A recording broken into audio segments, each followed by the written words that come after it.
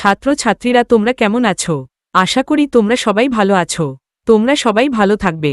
ভিডিওটা শুরু করার আগে তোমাদেরকে বলি, তোমরা যারা এই চ্যানেলে নতুন আছো তারা অবশ্যই ভিডিওটিকে সাবস্ক্রাইব করবে।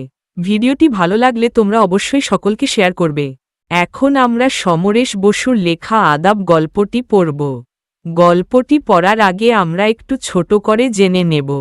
আদাব গল্পে সমরেশ বসু সাম্প্রদায়িক দাঙ্গার ভয়াবহতার মধ্যে মানুষের প্রকৃত পরিচয় ও মানবতার জয়কে তুলে ধরেছেন। গল্পে এক হিন্দু সুতা মজুর এবং এক মুসলমান মাঝি দাঙ্গার সময় প্রাণ বাঁচাতে একই ডাস্টবিনের আড়ালে আশ্রয় নেয়। প্রথমে তারা একে অপরকে সন্দেহ করে, কারণ ধর্মীয় পরিচয় তখন জীবনের জন্য বিপজ্জনক। কিন্তু কথাবার্তার মাধ্যমে তারা বুঝতে পারে যে দুজনেই সাধারণ পরিশ্রমী মানুষ, যাদের একমাত্র চিন্তা পরিবার ও জীবিকা।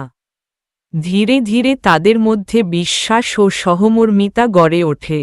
শেষে মুসলমান মাঝি ঈদের আগে স্ত্রী সন্তানের কাছে ফেরার জন্য বিদায় নিয়ে যায় এবং আদাব জানায়। কিছুক্ষণ পর গুলির শব্দে তার করুণ পরিণতির ইঙ্গিত পাওয়া যায়। গল্পটির মূল বক্তব্য হল, ধর্ম নয়, মানুষই মানুষের আসল পরিচয়। দাঙ্গা সাধারণ মানুষের কোনো উপকার করে না, বরং নিরীহ মানুষের জীবন, পরিবার ও স্বপ্ন ধ্বংস করে।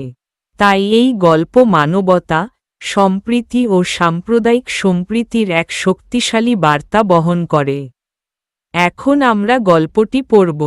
রাত্রির নিস্তব্ধতাকে কাঁপিয়ে দিয়ে মিলিটারি টহলদার গাড়িটা একবার ভিক্টোরিয়া পার্কের পাশ দিয়ে একটা পাক খেয়ে গেল। শহরে ১৪৪ ধারা আর কারফিউ অর্ডার জারি হয়েছে। দাঙ্গা বেঁধেছে হিন্দু আর মুসলমানে। মুখোমুখি লড়াই সড়কি, ছুরি, লাঠি নিয়ে। তাছাড়া চতুর্দিকে ছড়িয়ে পড়েছে গুপ্তঘাতকের দল, চোরাগপ্তা হানছে অন্ধকারকে আশ্রয় করে। লুঠেরারা বেরিয়েছে তাদের অভিযানে। মৃত্যু বিভীষিকাময় এই অন্ধকার রাত্রি তাদের উল্লাসকে তীব্রতর করে তুলছে। বস্তিতে বস্তিতে জ্বলছে আগুন।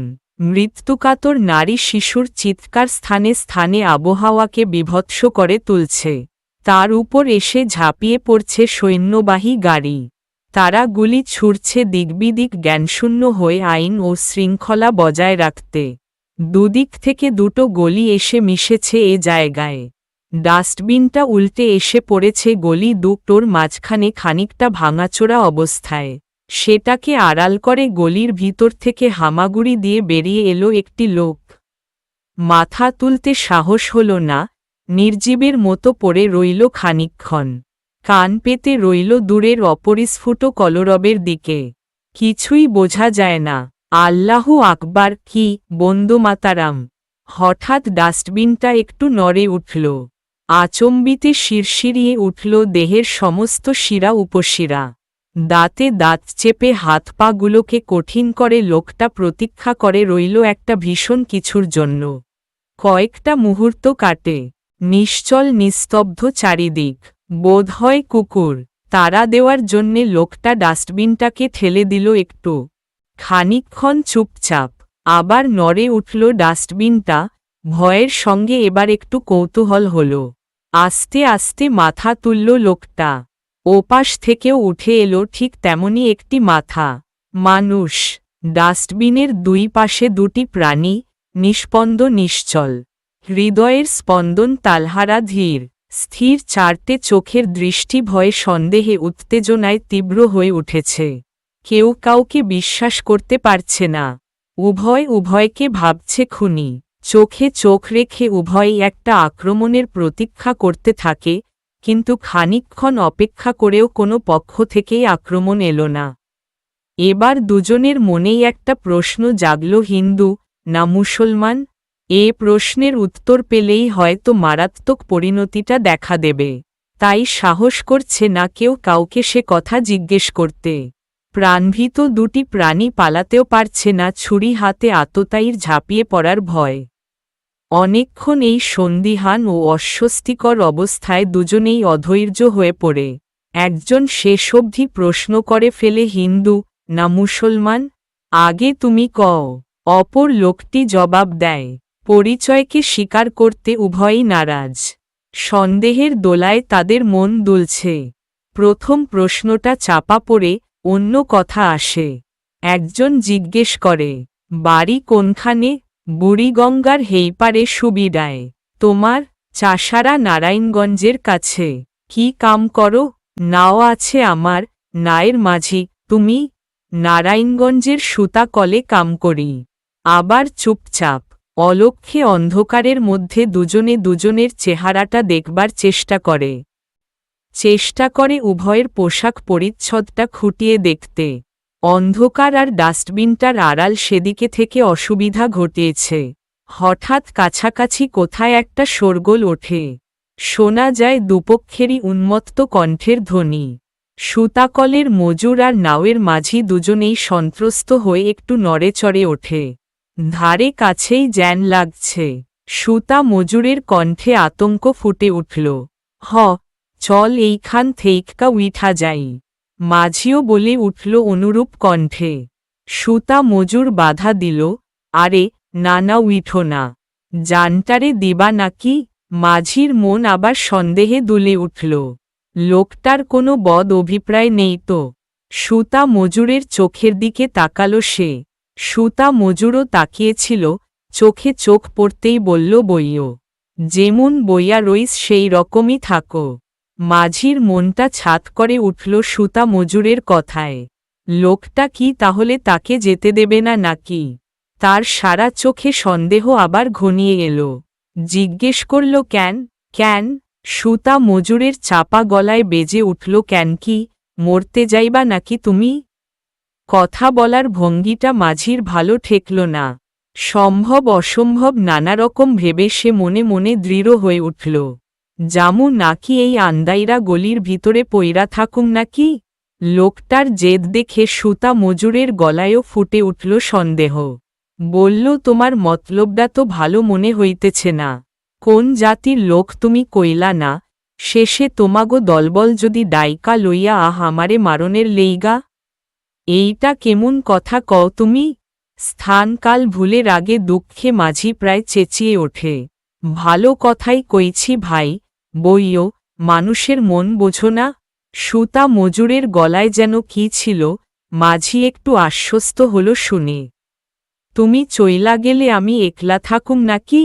শোরগোলটা মিলিয়ে গেল দূরে। আবার মৃত্যুর মতো নিস্তব্ধ হয়ে আসে সব মুহূর্তগুলিও কাটে যেন মৃত্যুর প্রতীক্ষার মতো।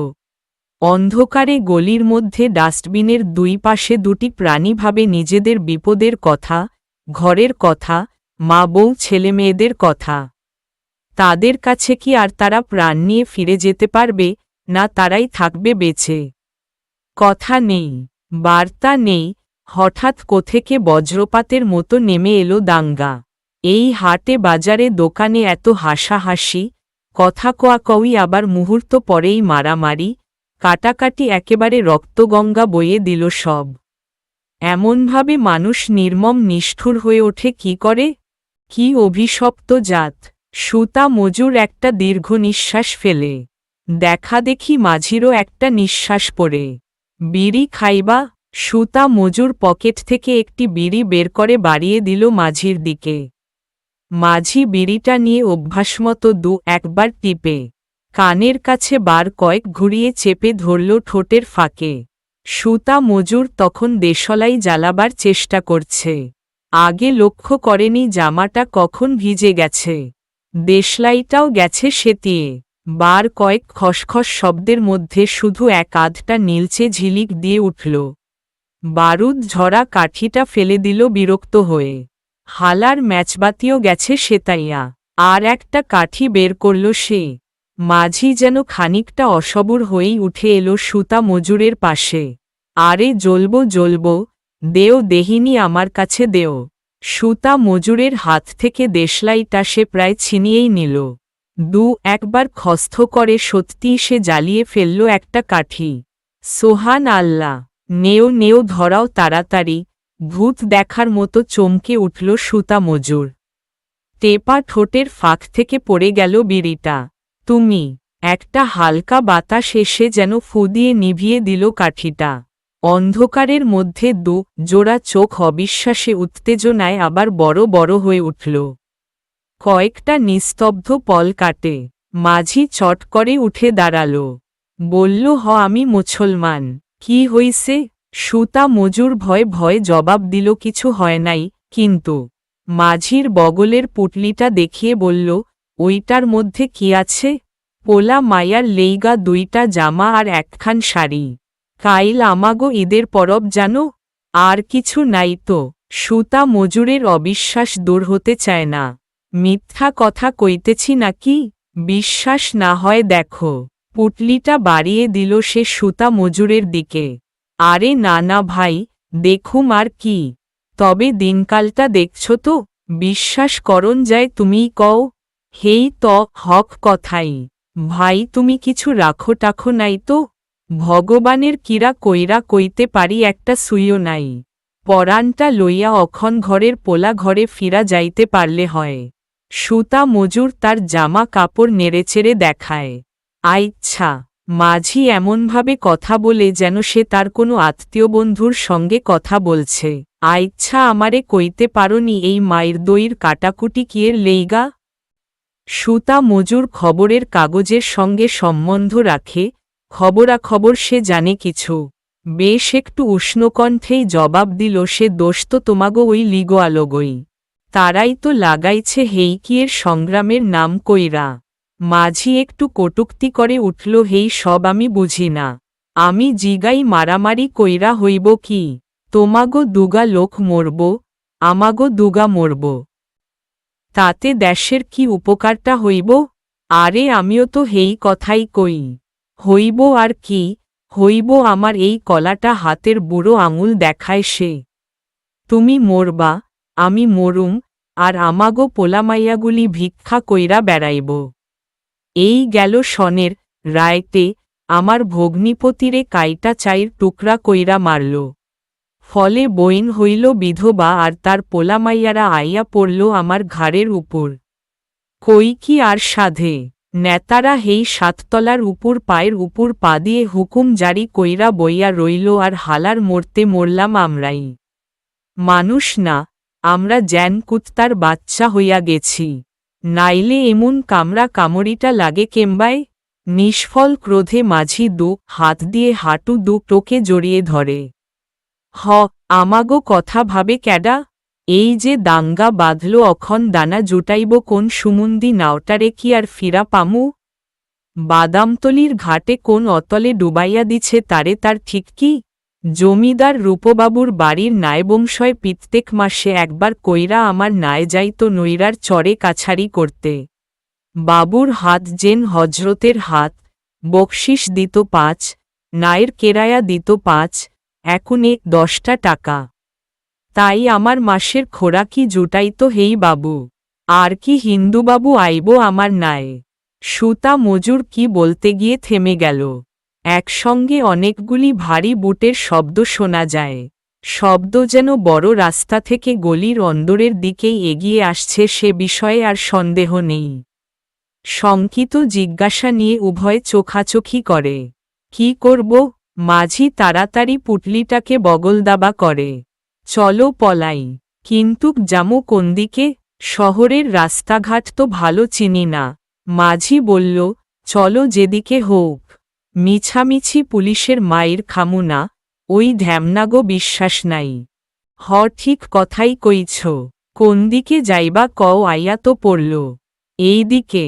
গলিটার যে মুখটা দক্ষিণ দিকে চলে গেছে সেদিকে পথ নির্দেশ করল মাঝি। বলল, চলো, কোনো গতিকে একবার যদি বাদামতলি ঘাটে গিয়া উঠতে পারি তাইলে আর ডর নাই। মাথা নিচু করে মোড়টা পেরিয়ে ঊর্ধ্বশ্বাসে তারা ছুটল, সোজা এসে উঠল একেবার পাটুয়াটুলি রোডে। নিস্তব্ধ রাস্তা ইলেকট্রিকের আলোয় ফুফুট করছে। দুইজনেই একবার থমকে দাঁড়ালো, ঘাপটি মেরে নেই তো কেউ। কিন্তু দেরি করারও উপায় নেই। রাস্তার এমোর ওমর একবার দেখে নিয়ে ছুটল সোজা পশ্চিম দিকে। খানিকটা এগিয়ে এমন সময় তাদের পিছনে শব্দ উঠল ঘোড়ার খুরের। তাকিয়ে দেখল অনেকটা দূরে একজন অশ্বারোহী এদিকেই আসছে। ভাববার সময় নেই। বাঁ পাশে মেথর যাতায়াতের সরু গলির মধ্যে আত্মগোপন করল তারা। একটু পরেই ইংরেজ অশ্বারোহী রিভলভার হাতে তীব্র বেগে বেরিয়ে গেল তাদের বুকের মধ্যে অশ্ব ক্ষুরধ্বনি তুলে দিয়ে। শব্দ যখন চলে গেল অনেক দূরে, উকি ঝুঁকি মারতে মারতে আবার তারা বেরোল। কিনারে কিনারে চলো, সুতা মজুর বলে রাস্তার ধার ঘেঁষে সন্ত্রস্ত দ্রুতগতিতে এগিয়ে চলে তারা। খাড়াও, মাঝি চাপা গলায় বলে। সুতা মজুর চমকে থমকে দাঁড়ায়। কি হইল? এদিকে আইও। সুতা মজুরের হাত ধরে মাঝি তাকে একটা পানবিড়ির দোকানের আড়ালে নিয়ে গেল। হেদিকে দেখো। মাঝির সংকেত মতো সামনের দিকে তাকিয়ে সুতা মজুর দেখল প্রায় 100 গজ দূরে একটা ঘরে আলো জ্বলছে। ঘরের সংলগ্ন উঁচু বারান্দায় 10-12 জন বন্দুকধারী পুলিশ স্থানুর মতো দাঁড়িয়ে আছে, আর তাদের সামনে ইংরেজ অফিসার কি যেন বলছে অনর্গল পাইপের ধোঁয়ার মধ্যে হাত মুখ নেড়ে। বারান্দার নিচে ঘোড়ার জিন ধরে দাঁড়িয়ে আছে আর একটি পুলিশ। অশান্ত চঞ্চল ঘোড়া কেবলই পা ঠুকছে মাটিতে। মাঝি বলে, উইটা ইসলামপুর ফাঁড়ি। একটু আগাইয়া গেলে ফাঁড়ির কাছেই বায়ের দিকে যে গলি গেছে হেই পথে যাইতে হইব আমাগো বাদামতলির ঘাট। সুতা মজুরের সমস্ত মুখ আতঙ্কে ভরে উঠল। তবে তাই কইতাছি, তুমি থাকো, ঘাটে গিয়া তোমার বিশেষ কাম হইব না। মাঝি বলে, এইটা হিন্দুগো আস্তানা আর ইসলামপুর হইল মুসলমানগো। কাইল সকালে উইঠা বাড়িতো যাইবা গা। আর তুমি? আমি যাইগা। মাঝির গলা উদ্বেগে আর আশঙ্কায় ভেঙে পড়ে। আমি পারুম না ভাই থাকতে। আইজ 8 দিন ঘরের খবর জানি না। কি হইল না হইল আল্লাই জানে। কোনোরকম কইরা গলিতে ঢুকতে পারলেই হইল। নৌকা না পাই সাঁতরাইয়া পার হমু বুড়িগঙ্গা। আরে না নামিয়া করো কি? উৎকণ্ঠায় সুতা মজুর মাঝির কামিজ চেপে ধরে। কেমনে যাইবা তুমি? আবেগ উত্তেজনায় মাঝির গলা কাঁপে। ধৈর্য না ভাই, ছাইরা দেও।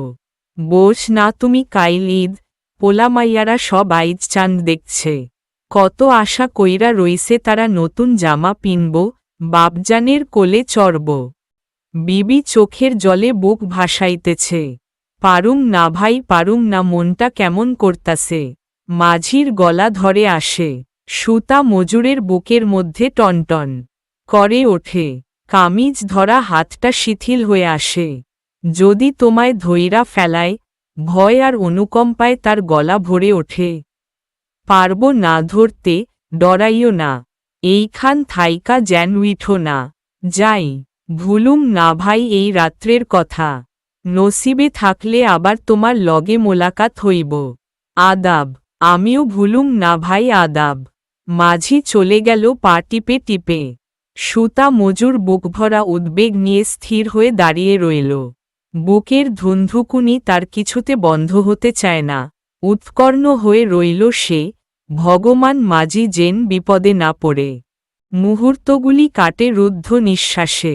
অনেকক্ষণ তা হল, মাঝি বোধহয় এতক্ষণে চলে গেছে।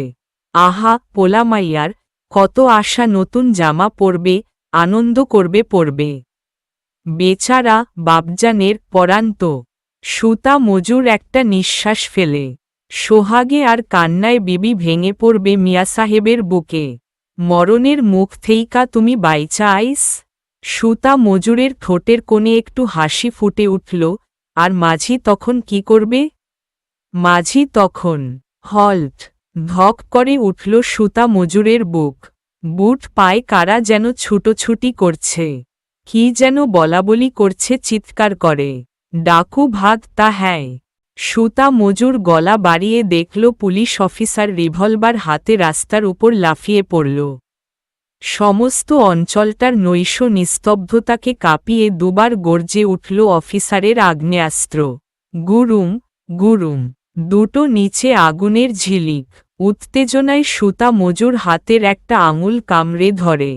লাফ দিয়ে ঘোড়ায় উঠে অফিসার ছুটে গেল গলির ভিতর। ডাকুটার মরণ আর্তনাদ সে শুনতে পেয়েছে।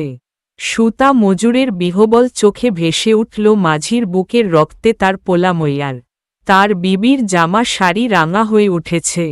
মাঝি বলছে পারলাম না ভাই, আমার ছাওয়ালরা আরবিবি চোখের পানিতে ভাসব পরবের দিনে, দুশমনরা আমারে যাইতে দিল না তাগো কাছে।